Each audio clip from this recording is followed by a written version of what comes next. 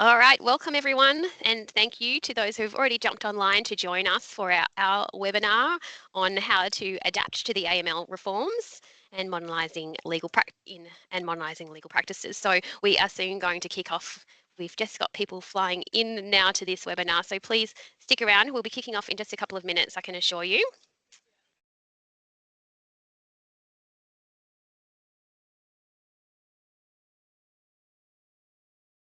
Pretty exciting to see so many people just joining on right now. So a warm welcome. My name is Sarah Wheaton and I'm from KM Tech, and I'm an account manager here who I'll be emceeing today and taking you through this webinar, but really it's going to be all about our panelists who I'm excited to introduce to you shortly. What we will do for now though is just wait 1 or 2 more minutes and just allow a couple of people to join, because I can see everyone jumping in via the lobby. You can see some familiar faces as well as a lot of new people. A bit of background while we're waiting for people to join is that we did run this as an in-person seminar in Melbourne recently, and it was so well received in person that we decided to do a webinar version so that we could have greater reach. And I can see a couple of familiar faces who attended with us in person at that particular event, but also I can see a large range of different people, which is exactly why we did this, so that we could have a greater reach. I am going to soon kick off. I think we've got a good steady number of people in now. So I'll reintroduce myself just really briefly, given that there's so many people that have just joined. So I am Sarah Wheaton. I will be your MC for today, and I'm an account manager here at KMT. And we're going to take you through a lot of detailed information around how you can best arm yourselves to face the up and coming AML reforms, what it's going to mean for you and your legal firm. We've got a panel of experts that are about to join us as well. You might even see a couple of friendly faces on the screen. And I'm going to start by introducing you to my sidekick, Izzy.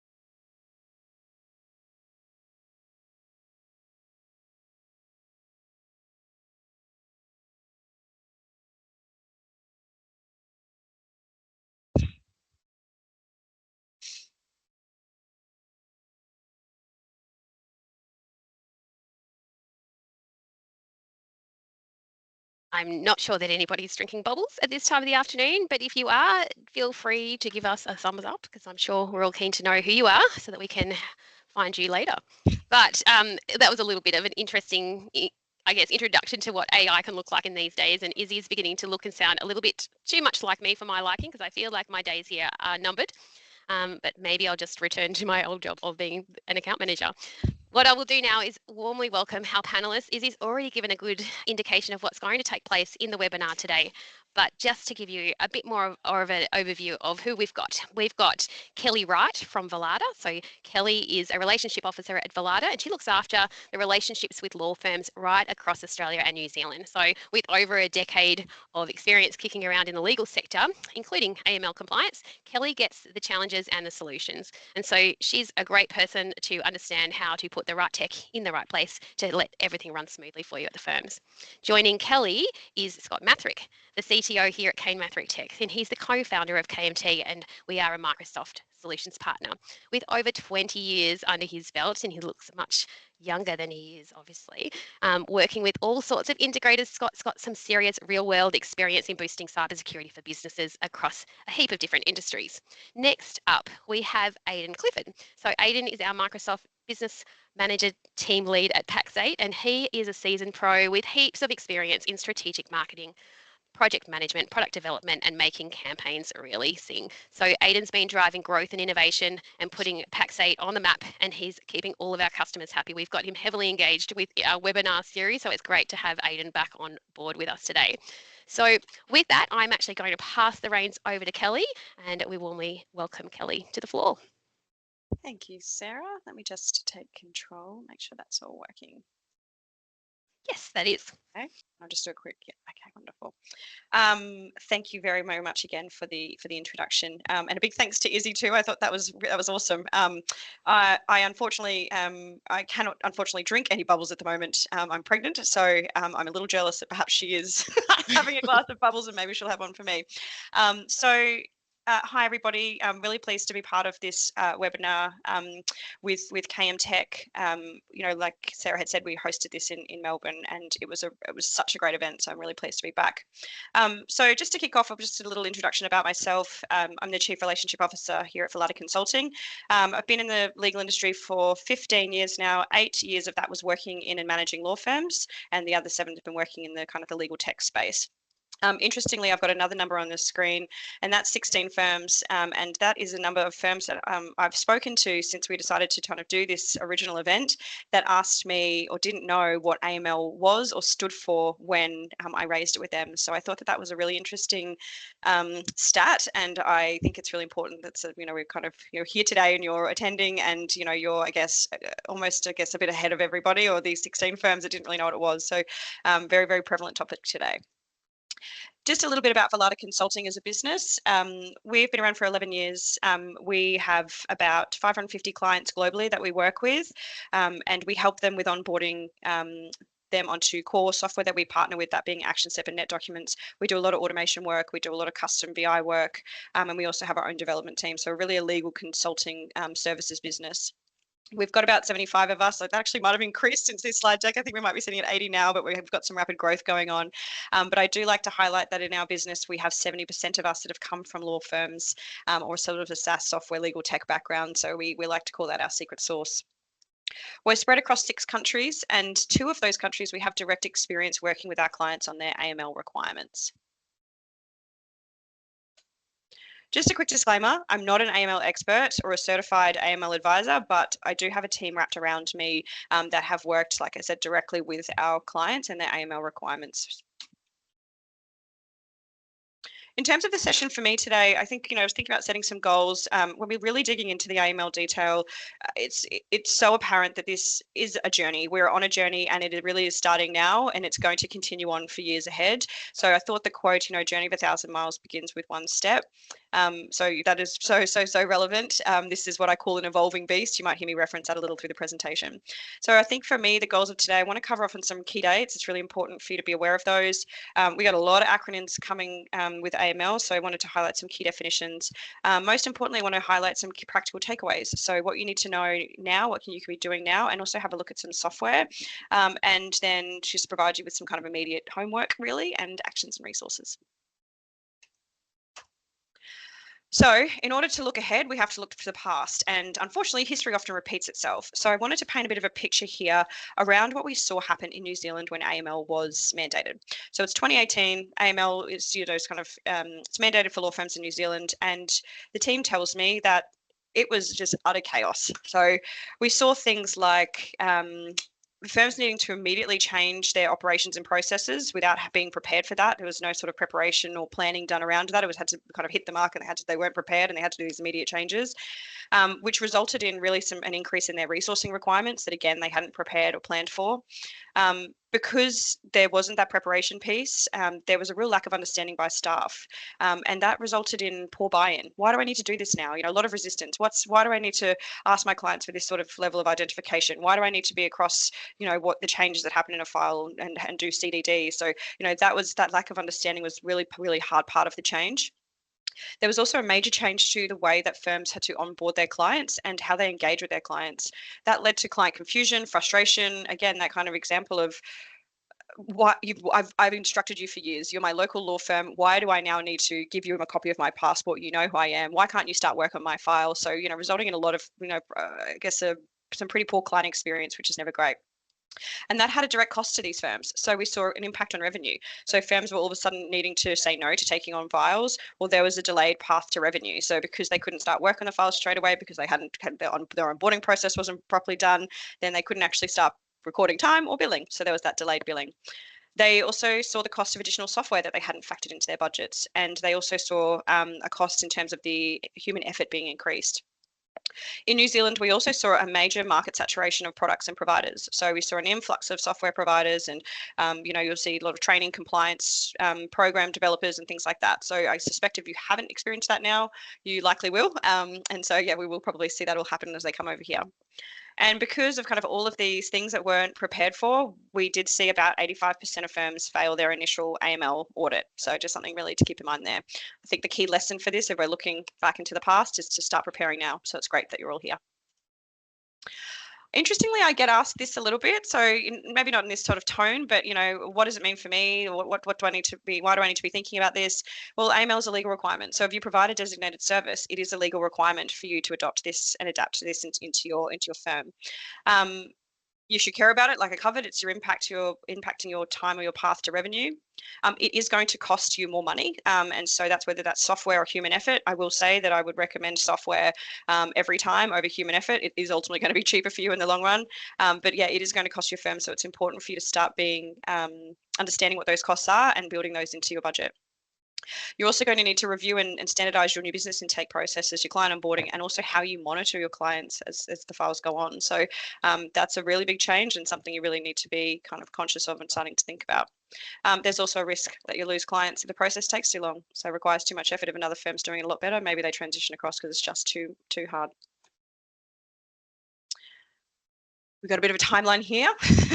Got time, but I think it's really important to highlight, these key dates and these key timelines. So it's not far away, I think, is the main takeaway from this slide. So if you can see the key dates that are on the screen, these business days are not far away. If you think about the other projects that you have on in your business now or commitments that you've made to your firm and what you're going to deliver, you got to fit this in as well. So this is not very far away. So I think it's really important for you to be across these key dates. The main date for me is the one in pink, so 1 July 2026. So this is really kind of what I'm calling the go live date for AML. We would recommend that you start, start all your processes and start getting everything in order now. But this date is going to be your kind of official date. The legal industry loves a few acronyms, so we're throwing a few more into the mix with AML. We have our acronym bingo on the screen, and I'm not going to go through all of these, but I think it's really important that you start getting familiar with the acronyms that are coming in. KYC, you'll hear that a lot. CDD will become an acronym you use every single day in your practice. Same with probably your UBOs, so your ultimate beneficial owners. So lots and lots and lots. That's not even covering probably half of them, but they're the core ones. So lots of different new acronyms coming into the market. Now, I want to spend a bit of time getting into the kind of details about AML for law firms and what that practically means for you. So when we're talking about AML, we're talking about risk. So AML, it's really about managing your firm's exposure to the laundering of money and the financing of terrorism. Every firm is going to have a different appetite for risk, and that may become quite frustrating because I think when I'm talking to firms, I'm hearing a lot like, well, what do I do? How do I do it? Like, I just want to know what the actual steps are. And the answer is that it's going to be different for every firm depending on your appetite for risk or the firm's appetite for risk. And when we're looking at risk, we're considering a range of different things. So we're looking at things like your client locations. So where are your clients based? Are they, in the same state as you, domestic, international? Those geographical connections, they play a really big part in kind of that risk portfolio that you'll have. You'll look at your type of clients. Do you have PEPs? It's one of the acronyms, or sanctions. What's the complexity of your clients? And also, what services are you offering? So it's different services, or these are like your practice areas, they carry different levels of AML risk. So on the slide is a speedometer, I guess, where you can kind of see, and these are just example matters or practice areas, where that risk bar is sitting. So you can see, property law, conveyancing, family law, M&A work, that sits at the higher risk scale than perhaps a leasing or an environmental law piece. So really, really spend some time understanding what your practice areas are at the firm and what level of risk is attached to those. You'll also look at, when you're assessing risk, you'll look at the complexity and the value of the transactions, and also how you receive funds from clients or from others. So if you're receiving funds through cash, through EFT, through international funds transfer, or even Bitcoin, and yes, you would be surprised.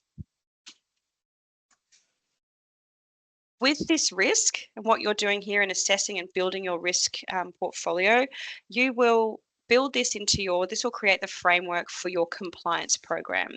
Now, I think the formal terminology for this is AML/CTF program, but we're kind of calling it the compliance program. And this is, yeah, like I said, it's risk-based, it's tailored to your firm. And I guess, think of this program like your rule book or your framework for your firm, or your AML Bible. It's great because it's firm-wide. So this is a firm-wide rule book. It's not just up to individuals. It's creating rules and frameworks for how your firm will operate in terms of its AML requirements.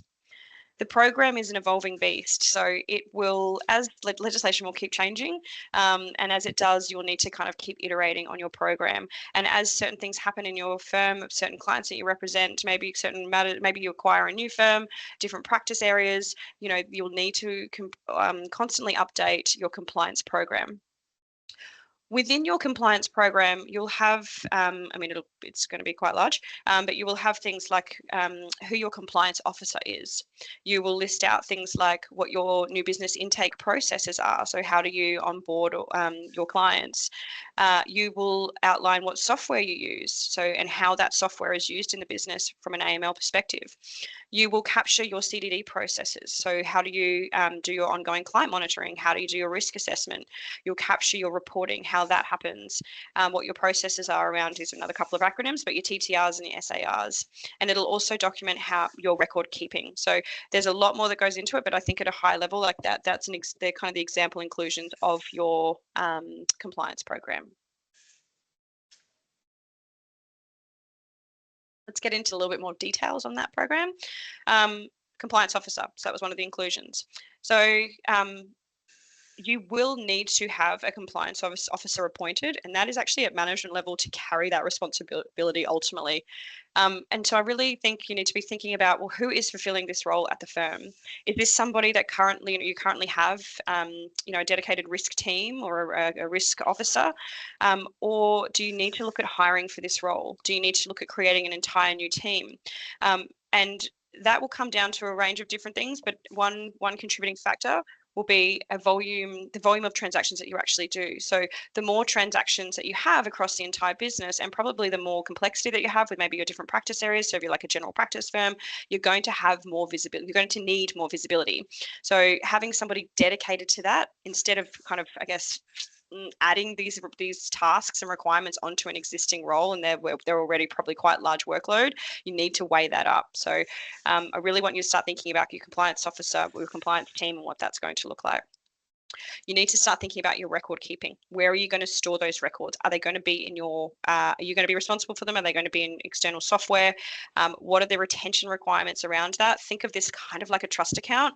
And you will need to make sure that you retain those records and you have evidence. This is your evidence basically. So you retain your records and make sure that you can recall on those records as you need to, because this is your evidence to basically prove that you've met your obligations. So if you have a client that is being investigated for AML, you will need to show that you've met your requirements and that you've followed your compliance program and that you've maintained your records. So what I have heard this saying quite a lot, so I'm trying to share it with everybody, is that, you are needing to have a defensible position, and you do that through your record keeping. This is your evidence. And in bold on that slide is the fact that you will need software. So software will help you do this, and it will help you maintain, retain all of your records that you need to.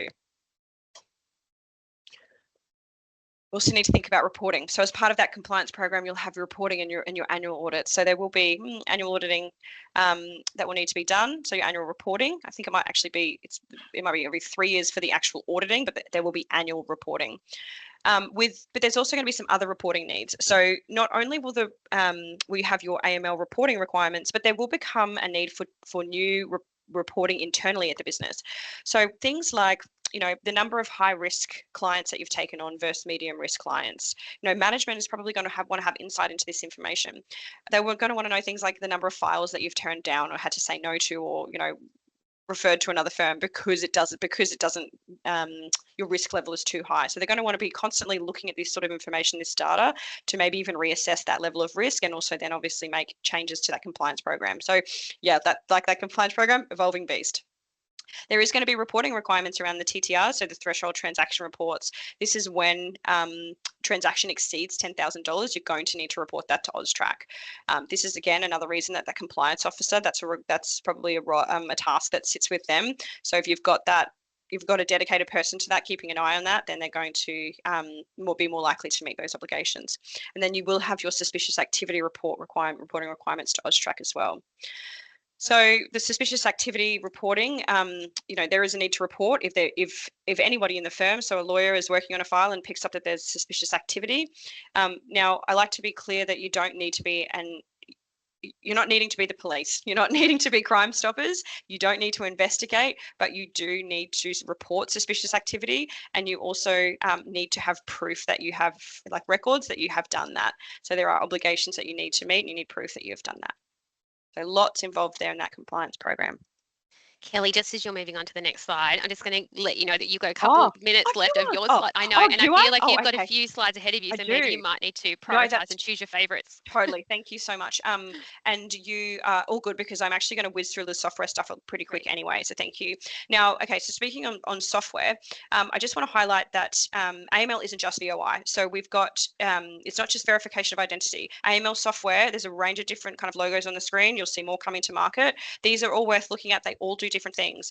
So they all might do some parts, but they might also have a little extra feature. So I really want you to, if you can take one thing away today, it's to have a look at the software. Firms that didn't adopt good software in New Zealand, they spent more than 1 month preparing their annual report. So the software is going to help you do this. Now at Volata, we work with, like I said, Action Step Net documents. We have spent quite a number of months, years working with firms, building out what they can in their PMS software, so within Action Step. So I won't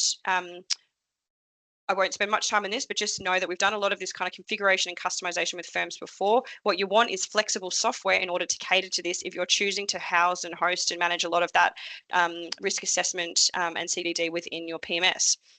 What I would say as well is have a look at your kind of new business intake software. So Spinnaker is an example that I've got on the screen. This is going to do everything. This is like your umbrella approach. This is like your risk assessments, your workflows, your conflict checking, your reporting requirements, and it integrates with VOI software. So if you're thinking about really harnessing software for MBI, then you should have a look at Spinnaker.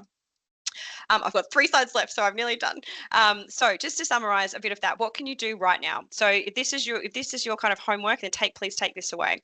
So I want you to understand your current state. So we talked about kind of your practice areas. We talked about your clients. Get a snapshot of who they are and what work that you do. So really understand your clients and your services. Go through and document your current business ops. How do you open files? How do you onboard clients? Get a picture of what's happening now in your business, because it will need to likely change and evolve with AML coming in. Think about your compliance officer. We spent a bit of time talking about that. The point number 3 on the screen is expose and educate your team. I cannot stress enough that this is not just for one person's responsibility. This is for your entire team. This change and this exposure and education, it cannot be rushed. So please spend time talking to your team and educating them about what they're going to need to do day to day in terms of AML. This is really a change that's led from the top down. In the same sense, you need to talk to your clients, start exposing them to the change that is coming, entrench them in the change now. That legislation has changed. All firms are changing. Really start exposing your clients to what change is coming and that, what you're going to require from them. So from day one, it's not this huge shock that they now need to do X, Y, Z before you can start working on their file. I will throw in there as well that in New Zealand, there is a AML fee is being charged. So basically an onboarding fee is being charged by a majority of New Zealand firms. There's some legislation that's going to be coming out about this, but get kind of comfortable with this idea. There's a lot of firms that do charge a file opening fee or an administration fee, so this may be something that can kind of be swallowed up.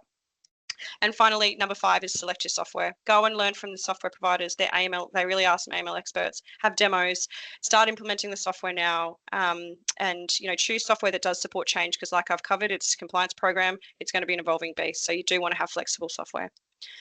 Finally, I just want to highlight that help's on the way. So Velada does have a couple of resources. We've got an AML ebook, and I've got kind of an insights white paper. So we can send that out to anybody that would like. If you wanted to reach out to me directly, then my email address is on the screen. And that's the end of my presentation. So thank you very much. You did really well. Thank you, Kelly. I really appreciate that. And I know people will probably be keen to reach out to you if they do want to learn more. You can find Kelly on LinkedIn pretty easily. Thank you. And yeah, there'll be some information shared at the end of this webinar. Next, we've got Scott. So I'm going to pass, Scott's taken the reins and he's going to launch into more about security to help you through. Thanks, Sarah, and thanks, Kelly, for that really good overview of what's coming and where we're going. The purpose of my topic here, and I'll keep this as brief as possible, is I want to dovetail into what Kelly was explaining, but really from the technology perspective and how we can marry up the tech to what you need to do as part of the new frameworks coming in. So we'll go through some really basic things. A lot of this, hopefully, you've heard of, and maybe some of it may be new to you, but it's going to give you a really good overview of what you need to do when it comes to your cybersecurity posture. Okay, so firstly, just some quick stats and what we're finding at the moment. So 21% of law firms are saying that they are being targeted by cyber criminals. So that is increasing at 7% on last year. Only 24% of firms express a high or extreme high level of confidence that they've actually got their cyber security and protocols in place. And there's reasons for that, which we'll talk about shortly. 81% of firms have fallen victim. I've got a couple of examples later in this slide, but mostly really spoofing. So mail-related or business email compromise issues is what we're finding across the board. We spoke to a customer a couple of months ago, or a partner of one of our customers. They got given an invoice. It was about $191,000. They actually did the right thing. They called up the vendor and said, "Hey, I've just received your invoice. Is this right to pay?" They go, "Yep, it's ready to go." They didn't clarify the BSB and account number. The people that had sent the invoice didn't know that they had a breach, and unfortunately, that person paid that $191,000 and it was gone. And insurance doesn't cover those type of things. So it's really important that we've got the policies in place when making payments.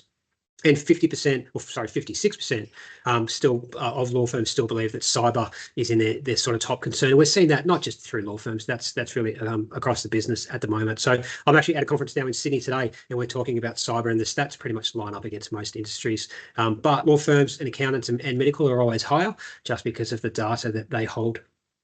So what are the challenges? So lack of employee training. So actually training our staff. So having or building a culture that goes out into our staff. So we have a cyber-led staff culture. By that could be a 2-minute or 3-minute video that goes out every month, and we're educating our users on all the best cyber practices all the time. It's not a thing that we do in Jan and we tick off and we say it's done for the next 12 months. It's every couple of weeks all the time. So I get them myself. We get probably 2 or 3 videos a month. There's plenty of platforms out there that orchestrate this for you. It's very simple, but really good tools just to have and get your awareness up. 15% lack incident response training. This is a big one. We speak to a lot of clients that don't even have incident response plans. We've seen plans that are 30 and 40 pages long, and I've seen plans as simple as an A4 piece of paper attached to the staff fridge that just has the main contacts of who they need to call in case something does happen, but that can be effective. So just depending on what your business has with your cyber insurance, who's in charge, who to contact in case something happens, because when something does happen, you need to pivot pretty quickly. 4% lack of management and support or investment. Cyber is expensive, and it doesn't matter how much money you spend. There's no silver bullet, but it can become costly. So really, you have to know your data properly. I think that's one of the key takeaways, understanding what the crown jewels are, so that if you don't have the full budget to protect everything, you can still protect the most important part of your ecosystem. 20% lack regular audits or audits of any kind, audit and assessments on security. Again, really important to understand what data you've got. We come across a lot of firms that have data there that hasn't been touched for 10 or 15 years. So it should be on those servers or cloud or wherever that sits. It should be gone. It should be archived. So we try and reduce the attack surface. But a lot of people just don't understand where their data is. 14% have weak passwords. Again, I'm not sure why. It's pretty self-explanatory why we need a strong password, and 2% have inadequate backup. So we should have 3 forms of backup, or 3 forms of data. So our actual production data, then we have our backup on site, and then we have an off-site backup with different vendors, locked down with different technologies. So just to set the scene of what's happened, so everyone's aware of some of the bigger breaches. In the next slide, you'll probably know quite a few of them. But late last year in September, Total Tools had a breach. It was about 38,000 records. The reason that I know about this is because I received a phone call because my credit card was compromised. So I bought some tools there last year. They had a compromise, and they actually keep credit card details on file. So I got a phone call, had to change my credit card. So that wasn't a good one for them, and that was all over the news. There's a good website here called Cyber Daily, really good website if you're after what's happening around Australian soil. Then some of the bigger ones, I'm sure everyone's heard of Life 360. They had a massive breach, 442,000 records were released last year. I still use it. It's a great product. Fortunately, the data that was released wasn't that bad. It was phone numbers and usernames and passwords, but only to their platform. So it wasn't medical information or passports or anything. But still, it got reported. We had the Brighton Yacht Club had a ransomware attack last year, and then obviously the main four there. So everyone's heard about Optus. Medibank was a massive one. I know when Medibank happened, my father-in-law got told he had to change his license because his details were leaked out. And Latitude, Latitude's back in trading again, but another massive breach. But the key point of why I'm showing you these slides is the companies that we're looking at have massive budgets to spend on cybersecurity. They would spend a lot more than all we spend. They would have inner teams of people. They would have senior leadership driving this, and there's still breaches. So it doesn't matter how much money that we spend on cyber. There is no one thing that we can do that is going to stop everything. And the game's changing. It's changing on a daily basis. It's evolving. The criminals are getting smarter. So the tool sets are also changing as well all the time. So what are the requirements fitting into what Cal has just spoken about? So we need the Essential 8. Now, the Essential 8 is a government framework. It has been around now for 2 years at least. And it's a framework that's designed that if it's implemented, we'll touch on our next slide, but if the Essential 8, the 8 things that the government recommend, if they're in place, your attack surface or your risk of being attacked will reduce by about 85%. So really worth having a look at what the Essential 8 is if you don't have it.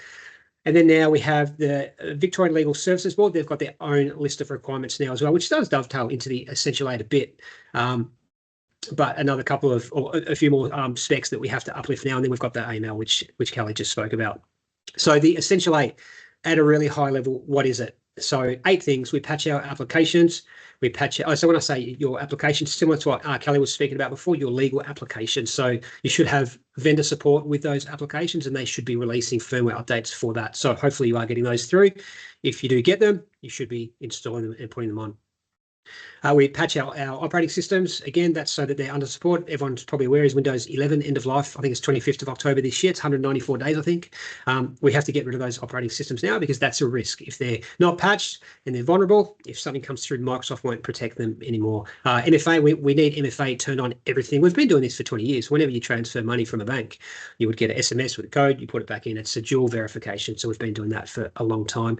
Restrict admin rights. You shouldn't have admin rights to your device. And that's because if someone does log onto your device and they can elevate and steal your credentials, they've got keys to the kingdom. So we want to take that away from them. App control. So we want to whitelist everything that is on your devices. So if you're a legal firm, you may have 3 or 4 core applications. We whitelist them so they can run. All the other apps are blacklisted. So again, if an attacker gets access, they try and run something, it's not an approved application. And then that doesn't get approved and it stops it in its tracks. We have to disable all our Office macros. I'm sure most of people on this call work in pretty tight or heavy Excel spreadsheets. Macros are a Windows trusted process, meaning the antivirus software or your EDR software won't pick up those processes. So what attackers will do is embed their code into the macro. So when you fire off the macro, it kicks off a payload in the background and then you have a breach that way. So we need to disable them when not being used. User application hardening, things like Chrome, Edge, whatever browser that you use, having web filtering in there. So if you go to that dodgy website, it blocks you and doesn't let you go any further. And then backups, no brainer. Everyone's got to have backups. So in case a ransomware attack does happen, we don't have to pay the ransom. We've got backups and we can restore. And then we have obviously the Victorian Legal Services Board Commission. This is their framework here. But the key things to take away from this slide is really they've got in there just in the middle there the DNS web content filtering. So that's one of the things that they're now recommending. That is not part of the Essential 8, but it is pretty important. I'm working from a hotel at the moment, so I'm on the hotel's Wi-Fi. So having that that protection on your device wherever you are, it's no longer about trying to protect the office because we're not in the office anymore. We could be at a shopping centre, a cafe, or a hotel, or things like that. And then down the bottom there is just having the right policies in place. So there is policies where if we are making a payment, there's actually a documented policy in our company that's pushed out through HR that if we're making a payment, here's the process that we have to follow. I was building a house about 3 years ago. I had 5 payments because it was a construction loan. In every single payment, I called up the builder and I asked them every time, I'm checking your details. Have they changed? And they got sick of me calling, but I'm like, I'm paying the money. I'm going to keep asking the question because if I pay the wrong person, I'm responsible. So just having the right policies in place. What's the bottom line? Whatever we do, we have to make sure that we've got a framework in place, and it doesn't have to be the best framework, but we have to make sure that we regularly test it and we document it. I think Kelly touched on that before. It's a part of the compliance, because when something does happen, not if but when, we have to go back to our insurance company. If you all have cyber insurance, you have to prove to them that you've actually done something. You've put things in place. You've revisited that every year. You've done a chase the flag up, or like tasks where you do board table. Sort of playouts of what would happen if we had a ransomware attack, and you get everyone in and you work out what systems were affected and what's the impact to the company, who do we have to tell. If you can prove that you've done that across the 12 months, that's the kind of records that we have to keep maintaining, and really that's a director's duty now. So there's been a lot of information about director's duty, and I've got a couple of examples in a minute, but as directors we are responsible. Again, it doesn't mean that we have to have the best framework in place, but it means that we have to have something, and we're practicing it all the time, and we can prove that we are evolving it, and all the steps are documented. So there's been a lot of cases out recently where directors have been taken and have been sued, or taken to court, sorry, and have been sued, and we'll go over them in a second. So Scott, just in case you're wondering how much time you have left. Yeah, I will wrap it up very quickly. So the first one is RI advice. So this was actually this was the first one that happened in Australia back in 2022. This company had a cyber breach. They didn't do anything about it. They had a secondary breach. And the attackers got in the same ways they got in the first way. Then it was taken to court. This company, or the directors of this company, got fined $750,000. If you jump on Google, you'll find this straight away. One of the other ones, which is really recent, is HWL Epsworth. This was last year. So they were attacked by a company called Black Cat. They've been around. So Black Cat, or they have been around now for probably about 10 years, but they're a ransomware as a service. If you can believe that, that's what they do. So they sell ransomware to other attackers. They use that, and then they go and attack companies. So they hit our HWL Epsworth for 3 weeks. They uploaded their data onto the dark web. But the data that was uploaded was license details, it was passports, it was credit card information. It was the worst data that could have been released. It was up there for 3 weeks on the dark web. So then they did a counter court case against them. Being lawyers, was probably easy for them. They did a counter case. It took a few months, and then they ordered Black Cat to take that data down off the website. Now, again, they lost their data. They didn't have to pay ransomware or anything, but they were used as an extortion case, because Black Cat then used that against them and still uploaded their data. It's all over the internet. If you browse to their website and go to the help section, they've actually got it listed on their help site of exactly what happened and their response to it. So it's better to have the controls in place first, so that this doesn't happen. Key dates, as Kelly's just said, we've got the 1st of July for the AML, and then we've got the AUSTRAC. It's just a registration. You should do it now. It's not hard. You browse to a website, go through, put your email in there, register for it, then you'll get all the updates as they come of what's happening. Just quickly to finish, there is a couple of really useful websites. The OAIC, this is where the Essential comes from, or one of the websites. They have webinars on there. So if you don't have the information or the know-how to create an incident response plan, if you want templates, if you don't know how to turn on MFA or password best practices, there's a lot of really good information on this website that you can find and use for your business. Similar to this one here, so the ACSC, Australian Cyber Security Centre, really good resources. They have all the latest and greatest of what's coming out. So if there is hacks that are coming out, if there's risks, if there's vulnerabilities with different products, it comes out. It's updated weekly. And there's also a resource library where you can download templates. So again, if you don't have the information at hand, there's plenty of templates here that you can get your hands on. And during a cyber incident, a few things here of what to do and not what to do. But honestly, if you've got your cyber insurance, that's your first point of call. You should be calling them and saying, we've just had a breach. They will hold your hand. They have the right people on site to guide you through what you need to do, how you need to respond, and who you need to advise. So if you don't have cyber insurance, that's probably one of the first things that you need to think about. And how do we help our clients? Basically, we try and run an audit and assessment for you so you can understand your risk. That's half the problem. I think that most companies don't know the risk that they have. So if we can understand the risk that you have, and we've got plenty of tool sets and different programs that we can put out there that will do that for you, and then that will help you make the decisions on the best way forward for what you guys need to do. So with that, I'll hand over to Aidan. Thanks, Scott. Awesome. Thanks very much for that, Scott. Thanks, Kelly. I really enjoyed both these presentations, and hopefully I'm able to help extend beyond that. So for those of you who don't know me, my name is Aidan Clifford, Microsoft Business Manager for Pax8 here in APAC. For a bit of context, we're a strategic Microsoft provider that work really closely with KMT and their clients to get the most out of their Microsoft investment, make sure you get the most out of the tooling today. So what I wanted to do as part of the conversation today is really build upon some of the things that you need to do within the AML legislation in order to build your law firms, building upon the cybersecurity investments that most businesses need to make across the board, in particular within professional services like the legal sector. But from all of this hard work, what does the opportunity start to look like when it can come to getting a return on that investment in the way of productivity gains, efficiency gains? And it comes back to this conversation around AI and Copilot, which has probably come across all of your desks quite a lot in the past 18 months. So that's what I really want to cover off today. But if you've seen some of my sessions before, you've probably seen this slide before as well. I love bringing it up time and time again, just to go to show how much we've seen of progress in the generative AI space, mostly under the brand name of ChatGPT, has been everyone's sort of first endeavor into AI, and how quickly it's really captured the imagination of the tech sector out there. Looking at by comparison to other pivotal moments in technology over the past 20 years, in order to get to 100 million users, it's taken most technical innovations even years to reach that milestone. So mobile phones, 16 years, even free things like social media and Facebook took 4.5 years to reach 100 million users. But if we all remember back to about 2 years ago, 18 months ago, when ChatGPT roared onto the scene, it only took 3 months to reach 100 million users. And when I had a look at the stats more recently, I think it's about 50% of internet users globally are now using generative AI in some capacity, which is absolutely staggering. But what if we think about how to make this opportunity a bit more tangible in a business sense? We can start to look at some of the research that the Tech Council of Australia actually did with Microsoft not too long ago. And they're looking at what can the economy start to look like and the benefit to the economy as far as GDP growth look like before 2030 if we really adopt generative AI. And what they found is that even if it's a really slow-paced adoption, we see that there's a few laggards, a few hesitance, a bit of hesitance out there in the marketplace, a few more concerns around how AI comes to the workplace. We're still going to be seeing an impact of around $45 billion to the Australian economy. But if we actually look at what these opportunities are, particularly around increased productivity, around improving the quality of our work at that new pace, but even looking at new jobs, not everyone's concerned about jobs going backwards when it comes to AI. What the Tech Council of Australia is seeing as a mild increase of those job numbers and new products being created on top of that, we can actually start to see an impact of about $115 billion to the Australian economy, which if I was doing my maths right in the lead up to this, is about 2 to 3% increase on where we are today, which is a huge impact in what we can think about just through the adoption of a new piece of technology. But we do need to dive into what that technology is, how to do it safely within your business, and how to actually start to get some tangible outcomes so that your workers can change their behaviors and get the positive benefits from that. So as I said, we've spoken about ChatGPT. We think about some of the other big brand names out there like Google Gemini. Meta's got its own product. Twitter's got its own product when it comes to AI. There's going to be even more from ChatGPT time and time again. Why am I speaking about Copilot for Microsoft 365 in particular today? Well, when it comes to the business environment, particularly within ANZ, there are a few comparative advantages and differentiators when it comes to these other tools that you may have heard of or even started to try internally. First of all, you still get access to the same large language models that have made ChatGPT so successful. The underlying technology is effectively the same model, and Copilot actually uses a higher version than the free version of ChatGPT, just as a fundamental as well. So you should see a lift in that performance.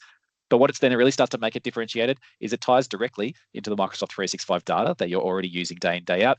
We saw it largely during COVID. There was a massive transition across to the M365 environment from how people traditionally stored their data or traditionally stored it on-premise. Now most of it is in the Microsoft 365 cloud. But also, if we think about me personally, as long as I've been a student or if I've been in the workforce, I've been using Microsoft 365 applications day in, day out, thinking about Word, thinking about Outlook, PowerPoint, and Excel. These have been mainstay applications pretty much for every worker within ANZ over the past sort of 20, 25 years. So if we're able to utilize these large language models, which everyone is seeing this massive value in and adopting it en masse, tying it into the data where it's currently stored today, and then tying it into a familiar application experience to augment that and make sure you get those productivity gains, it becomes a much less incremental or much less hurdles to jump over in order to get that benefit back to your business and make sure that you're able to get the return on that investment in a safer environment. But when I think about this, the reason that it is such a prevalent decision to make as to which AI tool that you use and where the data is being stored as part of that tooling is that the vast majority of people are already using AI at their work in some capacity. 75% of people are already using AI, 46% of those in the last few months. But what is more staggering is 78% of AI users are actually bringing their own AI tools to work. So if we're thinking about a lot of people are probably using ChatGPT behind the scenes, God forbid someone's using DeepSeek with their work information behind the scenes. We're just thinking about some of the tools that employees may be bringing and not being upfront about it to their employers, that they're bringing into your organizations and putting personal identifiable data or internal IP into those engines, and it's going outside of your service boundary, and you don't know what's happening to that data necessarily. There may be some guarantees when it comes to these tools, but really, if it is going outside of your tenancy, outside your service boundary, there is no guarantees here. And we have seen some scenarios, say, for example, I think it was about 18 months ago, a couple of gentlemen from Samsung put some internal IP coding into ChatGPT. There were some guarantees that data was not going to be shared, but ChatGPT had a leak. It was still in the up and running days, and that Samsung coding actually made its way into the competitors' hands. So not only do the competitors have that IP, but now those generally don't work at Samsung anymore either. So if there is that mistreatment of the internal data, or the things that makes the data that keeps your business really the value of it, there can be some pretty enormous ramifications if you don't think about how that data is stored and know how to treat that. And that goes back to working with KMT and Scott's team on alignment to a lot of these frameworks and making sure that the right identity applications are there, the right document sensitivity labelings are in place, and making sure that you know what is happening when you're using those tools as well. If we think more specifically about the legal industry for today's conversation, though, we can see some of the benefits of utilizing generative AI and Copilot when it comes to the actions that you guys are doing day to day. So if we think about the power of drafting new documents, doing research across a large database, doing analysis within existing documents, and then summarizing things like meetings, which I know are very high value and very frequent for people in the legal industry. If you're able to augment and speed up a lot of these processes, just think about the return on that investment of time you can reinvest back into your practice and back into the way you can engage clients to generate more income and close deals faster. Obviously, within the legal industry, it is a high compliance-based industry. It's a highly skilled industry. So whilst it is Copilot, it is an autopilot. We do recommend that anything you do create with generative AI, whether it is Copilot or another tool, make sure that is verified before it is sent out to that end client, because you want to make sure that everything is up to the required standards of your practice as well.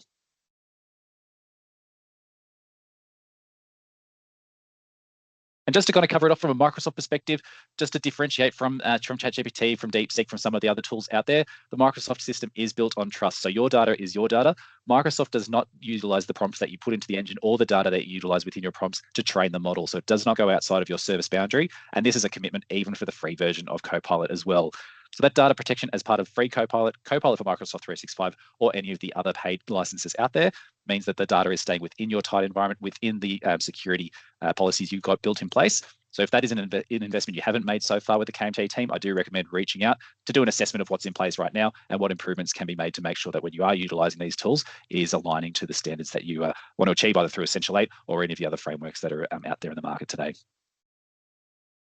Because not only is it a great idea to chat to Scott and the team, because there is a massive amount of opportunity with the modern workplace, but as we can see from the graph on the screen, it isn't always easy to figure out where you are on that journey or what the next incremental step may be in order to get the most out of your current licensing investment or the most out of the AI tool, which can present a massive growth opportunity for you as well. So in the interest of time, I won't spend too much time on here, but just going to show there is a really logical pathway forward to assess where you are today and then what the next step may be to make sure that the money that you're probably spending anyway on your tech investment is going to generate the best ROI back to your business. And if we've got anyone on the call today, I know both Scott and I are Melbourne locals. If we've got any other Melbourne locals here, unfortunately, there have been some horror stories of people utilizing ChatGPT in the legal sector over the past few months. Previously, I've been using US examples of people using ChatGPT to generate their briefs or to generate their legal advice and getting into hot water over that. But we are seeing more and more of these coming into the Australian market as well. So late last year, there was an Australian lawyer, Melbourne-based, who actually utilized ChatGPT to create some of his court and legal documents.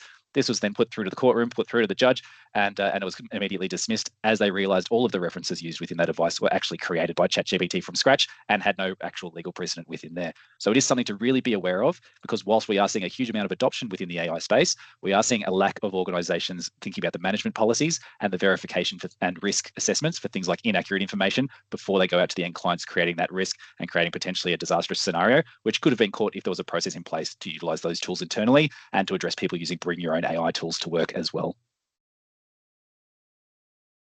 But if we think about some of the ways, I think we're running a little bit of time, so I might just power ahead because I've covered this topic off in another couple of slides as well. But it's really just thinking about how do we interact with these tools in order to make sure that we get the best outcome from the AI engine, in this case, Copilot.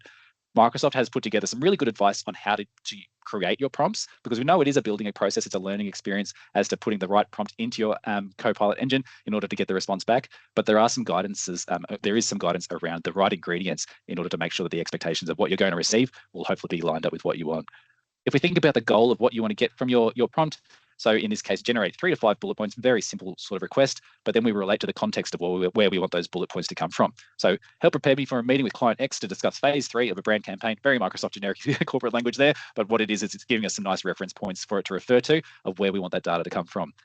Even more specifically, we just wanted to focus on emails and chats, so really narrowing down the data parameters we wanted to speak in, and then please use simple language so I can get up to speed nice and quickly. Don't use formal language, don't use professional language, don't make it casual. Just keep it simple, succinct, give me 5 bullet points about this campaign based on emails and team chats. So if you think about the goal, the context, the source, if you want, the what of what you want, chances are it's going to create a nice outcome for you, which is a lot closer to what you want, rather than if you just speak a little bit more loosely or don't have that succinct approach for that outcome for yourself.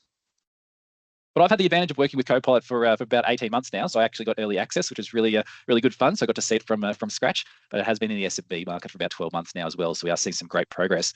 But some of the quick wins I was able to have in that time, some of the things I've picked up on during my experience, is really utilizing within Word how to create one-page briefs for an executive team or for my management team based on existing documents, but asking for things like tables to be created as well, highlighting pros and cons, really just trying to push the engine as hard as it can to do the work for me, which I can then do the last 10, 20% myself, but it overall saves me a lot of time. If you're thinking about what is the first way you probably want to utilize Copilot, Teams has got probably one of the largest ROIs immediately. Summarizing this meeting, if you think about what I'm doing, I'm presenting, I'm thinking about my slides, I'm keeping an eye on any questions that are coming through. I'm not taking any notes because I know that if I've got Copilot switched onto the background, it's going to transcribe this entire meeting and it's going to be able to summarize it and give me insights based on that transcript as well. So really helping with the productivity of that meeting as well. You can start to utilize Copilot in Outlook to schedule in your meetings, to schedule your out-of-office messages, in addition to just summarizing your email threads or drafting replies or coaching the language that you use within those emails. I know if I write an angry email and I use email coaching to make it seem a bit more professional or a bit more appealing, then that is something that could potentially save me from getting in hot water with HR later on. So email coaching is actually a really good tool when you write that email. And then finally, you can utilize Copilot across the board of all of the data that's in your M365 environment to summarize all the chats, emails, and documents for a particular customer or topic in one go. You have to have individual prompts across individual databases to get that value. So it is pretty awesome what you're able to do in order to get the value across the board. I know we're running a little bit of time, but there are some great results coming through. The vast majority of users are seeing great results and don't want to give up their Copilot licenses when they start. And if we think about those meetings, the vast majority of users who utilize Copilot were able to summarize a Teams meeting 4 times faster than those that didn't, to a higher standard of those meeting notes as well. So we're seeing faster and better outcomes from users who utilize the tool versus doing it manually or the old-fashioned way. So if I think about next steps, if some of the things have stood out that have built upon what Kelly and Scott have covered here, it's really thinking about the AI excitement, the buzzwords that we're seeing in the marketplace. How do we transform that into a foundational productivity, or how do we really enhance what you guys are doing today and make it practical and tangible? Well, firstly, do more with less. Make sure you're getting the most out of your Microsoft 365 licenses you purchase today. Usually there's a lot of hidden gems within that licensing stack that don't stand out unless you engage the KMT team. We'll work with closely on that to make sure you do have those kind of apparent to you. But then making sure you're utilizing a lot of the security and identity and device management abilities within that license type as well, depending on which level you're purchasing at. And then coming along to some of our sessions. I know that Sarah's been hosting some great sessions and I've been able to pop in as well around the Copilot series. So we're going to be bringing those over the next few months as well. I really look forward to. So if you are interested in finding out more, reach out to the KMT team and I'd love to chat. Thanks, Awesome. Aidan. Thanks, Sarah. You're so gracious with your comments that I'm hosting them and you're popping in. I think it's more about your content. But yeah, we have a few more scheduled ahead around PowerPoint and Microsoft Word. Is that the other one? I think we've got Word and Teams. Yeah, there's a few more. You can find out all about that on our website, just in case you are wondering. You can subscribe there, and then we will notify you when our next webinar is coming up. We've got a couple of minutes if you want to stay on and ask any questions directly to the panelists. If you do, pop them in the chat or the Q&A. I know we've got Charlie, our marketing person, in monitoring that. There aren't any in there at the moment, so feel free to pop one in. And just to give you an idea about what's going to be happening from here, we will send out a recap of this whole webinar. We'll be sending it to you via email shortly after we conclude today. But I might kick off and just ask a question then that I've already got here from that came up quite heavily in the previous one, was just to do a general recap of the main things that we need to concentrate on. So if I was going to ask Kelly, just give me one quick thing that you think that everybody should have front of mind that when they are moving into the next section of this, which is reforms. I feel like I already know what you're going to say because you covered it really nicely, but let's just remind everyone your top couple of things that they need to think of. Yeah, sure. The compliance officer and kind of working out what that role looks like would be number one. Number two is the team exposure and education.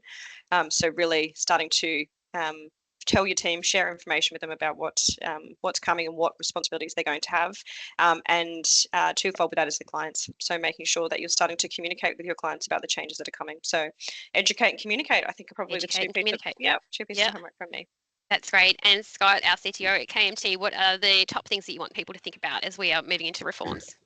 Just choose your one thing, whether it's an audit and assessment, it's a risk assessment. Just understand what data you've got, the risk, if it needs to be there, and then just choose one thing out of it. Even doing a basic incident response plan is a step in the right direction. Great. And Aidan, just recap quickly, what are the couple of top things that you think that how AI and or Copilot can assist during this reform period? Well, I think thinking about the pain points of what's taking up time in your business is a really good place to start to think about how a productivity tool can help, because chances are Copilot or AI is able to augment that. But really, if you don't know where to start, turn it on within Teams. Teams is the most tangible way to immediately see some really actionable Copilot in action to get that time back in your day, because that's only the beginning. And hopefully, if you see that value within Teams, you can see a really positive journey forward to adopting. I guess that's what you want to do, save time elsewhere so you can then concentrate on all of the extra work that might come with these new reforms. Okay, I just want to give you a heads up that there's a poll. Just hop into the chat if you don't mind just doing that poll. It's a 2-question poll, I believe, so really quick. Again, I just want to thank you all so much for joining us today. We hope you found the webinar really informative. We always are open to feedback, so if you have any feedback, we'd love to hear from you. We also would like to know if there's any other topics that you would like us to concentrate on within the year. So thank you for joining us. Thank you to all of our panelists. I'm sure everybody's found that really, really helpful. There's a lot ahead, but with knowledge is power. So thank you all for your contribution. All right. Thank you, everyone. I'll see you next time. Thanks, everyone. Have a great day. Thanks. See ya.